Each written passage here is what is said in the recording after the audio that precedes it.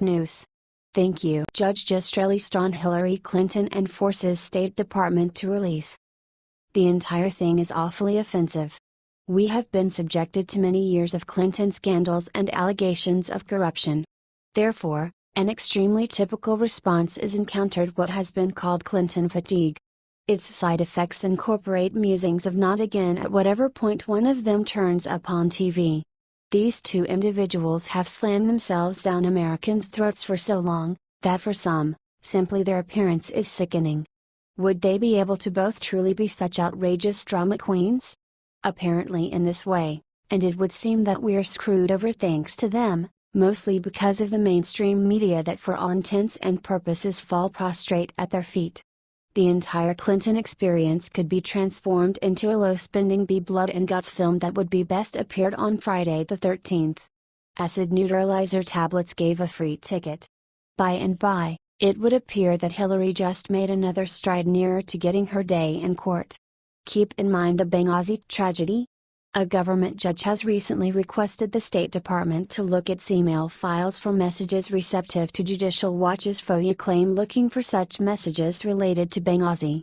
Judicial Watch is persistent in its quest for justice, and plainly Hillary and her partners are straightforwardly in this law office's sights. Judicial Watch announced that on August 8, 2017, D.C. District Court Judge Amit P. Mehta ordered the State Department to search for state.gov email accounts of Huma Abedin, Cheryl Mills and Jacob Sullivan, former aides of Hillary Clinton during her tenure as Secretary of State. The State Department is ordered to search in those accounts for records responsive to the Judicial Watch's March 4, 2015, FOIA, Freedom of Information Act, request. A separate Judicial Watch FOIA lawsuit first broke open the Clinton email scandal. Criminals should be indicted regardless of how exhausting or repetitive they may be. What's more, if Hillary ends up having submitted the offenses as charged, at that point she needs her day in court. The issue is this: would no uncertainty transform into a media bazaar like the Michael Jackson and O.J. Simpson trials? Other than observing a charged vacation criminal, at last, get justice, it's nothing to anticipate. This judge is not playing amusements, but rather is considering this issue important, which is all the more terrible news for Hillary. Judge Mehta described the Judicial Watch's Clinton Benghazi FOIA lawsuit as a far cry from a typical FOIA case. Secretary Clinton used a private email server, located in her home to transmit and receive work-related communications during her tenure as Secretary of State. Further, if an email did not involve any state.gov user, the message would have passed through only the Secretary's private server and, therefore, would be beyond the immediate reach of the state. Because of this circumstance, for the sake of ordinary case, the state could not look solely at its own record systems to adequately respond to Judicial Watch's demand. The State Department has not, however, searched the one record system over which it has always had control and that is almost certain to contain some responsive records, state.gov email server. If Secretary Clinton sent an email about Benghazi to Abedin, Mills or Sullivan at his or her state.gov email address, or if one of them sent an email to Secretary Clinton using his or her state.gov account, then state's server would presumably have captured and stored such an email. Therefore, the state has the obligation to search its own server for responsive records. That doesn't leave much space for question or for quibble with respect to the State Department. This judge could scarcely be all the plainer. What's more, keeping in mind that one may charge this is all the after effect of some conservative law office playing governmental issues, that is unmistakably not the situation. Not in any manner. What's more, anybody making such a claim is either uninformed of the realities, outright insensible, or is participating in a program of ponder confusion. Simply observe this major court ruling can finally result in more answers about the Benghazi scandal, and Hillary Clinton's involvement in it, as we approach the 5th anniversary of the attack, said Judicial Watch President Tom Fitton. It is remarkable that we had to fight both the Obama and Trump administrations to break through the State Department's Benghazi stone wall. Why are Secretary Tillerson and Attorney General Sessions wasting taxpayer dollars protecting Hillary Clinton and the Obama administration? Such a great amount of the possibility that Judicial Watch just starts prosecution against those on the left. Such a proposal is crazy. Judicial Watch asked the federal court to compel the Trump State Department to undertake a thorough search of all emails of former Secretary of State Hillary Clinton regarding the terrorist attack on Benghazi, including those of Clinton's closest advisors. Judicial Watch also specifically asked the court to compel the agency to produce all records of communications between Clinton and top aide Jake Sullivan regarding the appearance of Ambassador Susan Rice on NBC's Meet the Press Sunday after the 2012 Benghazi massacre. Thinking back finished Hillary's tenure as Secretary of State, and what we learned amid that terrible period, as well as in the time resulting to it. One's contemplations are attracted to a case that was attempted in 1931 where the litigant put on an air demonstrating he thought he was too huge to be brought to justice. He supposedly sat in the litigant's seat acting presumptuous, apparently lighthearted as the case continued. At that point what was occurring occurred to him. He was not going to beat the rap, and his presumptuous state of mind turned to rage. What's more, with that, Al Capone was condemned to 11 years in federal prison. Hillary has a demeanor of arrogance and showcases a disposition that demonstrates she conceives that notwithstanding addressing inquiries of her uprightness is underneath her. Obviously, she has not been prosecuted, not to mention sentenced to anything. However, be that as it may, similar to Mr. Capone, her chance may come. The main inquiry is whether the genuine story will be superior to the unavoidable film. What do you think about this? Do not hesitate and write your thoughts in the comment section below. Thank you for reading. T. Judicial Watch, Fox.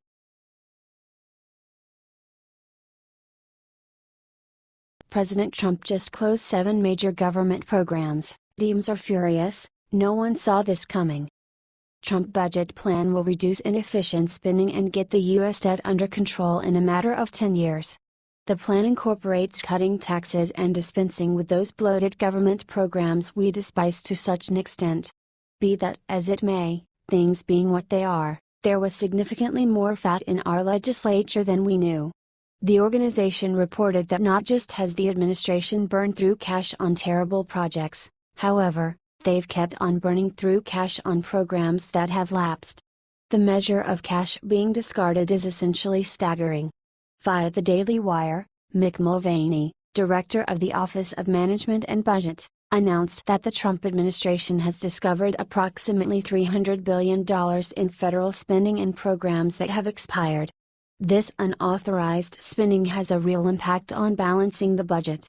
The Trump administration has not yet announced a complete list of programs that are unauthorized, but a quick review of the 2018 budget found 11 programs that Trump is terminating because Congress has not renewed the program for a while. Below are some of the expired programs and agencies and the amounts they spent in recent years. Department of Commerce, Economic Development Administration, $251 million. Department of Commerce, National Oceanic and Atmospheric Administration Grants and Education, $217 million. Department of Health and Human Services, Community Services Block Grant, $714 million. Department of Homeland Security, Port Security Grants and Transit Security Assistance, approximately $218 million. Department of Housing and Urban Development, Choice Neighborhoods, $125 million. Department of Housing and Urban Development, Choice Neighborhoods. This program has spent approximately $150 billion since 1974, without any measurable impact. Department of Housing and Urban Development, Indian Community Development Block Grant, $60 million. The rundown continues endlessly. These projects have lapsed, with Congress declining to restore them. However, money was all the while streaming into them, with everybody looking the other way. Large portions of these projects have not been demonstrated to try and be successful. In any case, your cash would finance them, in any case. That is the way our administration's been working for a considerable length of time. Zero responsibility. Zero outcomes. Maybe now, with a genuine leader in the White House, this sort of bloated spending will be conveyed to an end. What do you think about this? Do not hesitate and write your thoughts in the comment section below. Thank you for reading. T Patriot Journal.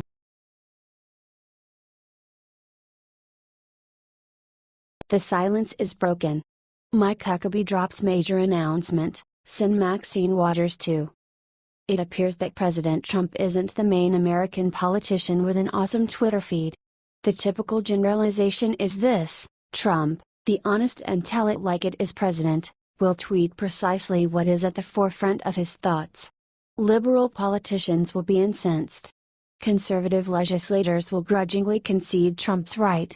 Legit men will cheer. In any case, there's never been any other individual who talks as straightforwardly on Twitter as Trump does. As of not long ago. Since Mike Huckabee is quickly making up for lost time to him. Furthermore, he just recommended we send Maxine Waters to North Korea. MSN reports, former Arkansas Governor Mike Huckabee targeted both Representative Maxine Waters and North Korean leader Kim Jong-un in a tweet on Thursday. He appeared to refer to the poisoning of North Korean leader's half-brother Kim Jong-nam. South Korea's spy agency said in February it believes Kim Jong-un ordered the killing. So, our North Korea issues are straightforward. Simply have Kim converse with Waters, and he'll rapidly need to end it all. On the off chance that you missed the background, here it is: the present leader of North Korea requested his brother killed, so his ascent to the administration would be unchallenged. It's not an extraordinary good begin for a kid who has since invested his energy starving his own particular individuals, and beating them into accommodation. Or, then again for a kid who may well start World War III. Maxine Waters, obviously, needs no further clarification. It's important that Maxim just go to North Korea or simply go to Iran is a quite standard response to lib government officials who overlook how great it is in the United States. Certainty is any individual who has invested energy in a genuine fascism, or a battle region, knows precisely why we should be grateful for this nation, and its leaders. It shouldn't be an unexpected that most American fighters are conservatives. They've seen what it resembles in different nations and under different leaders. Possibly Maxine will take Huckabee's piece of information, and visit a territory with a really awful initiative. At that point, she'd return, thankful for what we have here in the States. Be that as it may, I think she just likes whining more. What do you think about this? Do not hesitate and write your thoughts in the comment section below. Thank you for reading. HTM.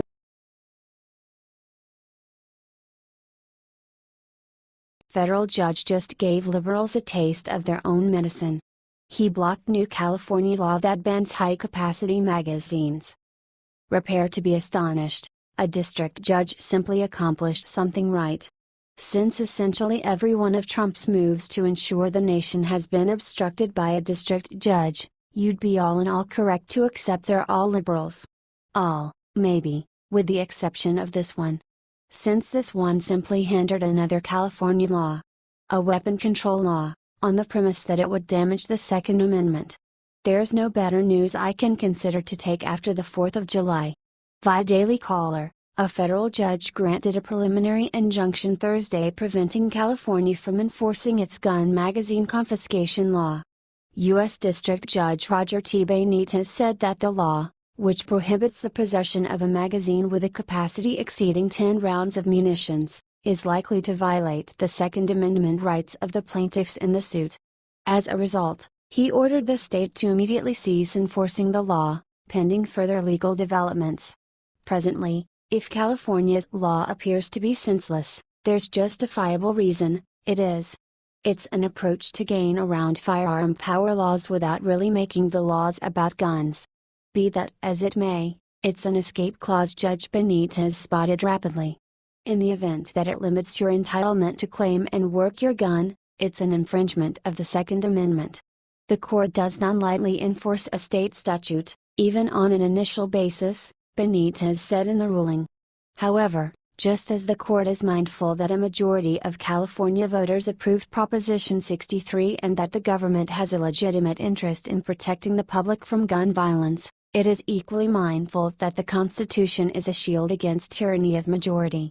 Given that the feds are currently being sent to Chicago to help with its crazy wrongdoing, it's difficult to trust that Californians even feel that gun control laws work. Chicago has a portion of the hardest gun control laws in the nation, and furthermore one of the most elevated amounts of gun savagery. It's straightforward math. But then, the liberal conviction continues. Furthermore, libs in the state are typically angry. Counting the Express' own Attorney General, who endeavored to outline the issue as one of the will of California voters. Be that as it may, voters, without anyone else, can't simply break the Constitution. Truth be told, that is one of the principal purposes behind the Constitution. Well done, Judge Benitez, and thank you for taking honor back to district courts. What do you think about this? Do not hesitate and write your thoughts in the comment section below. Thank you for reading. The Daily Call.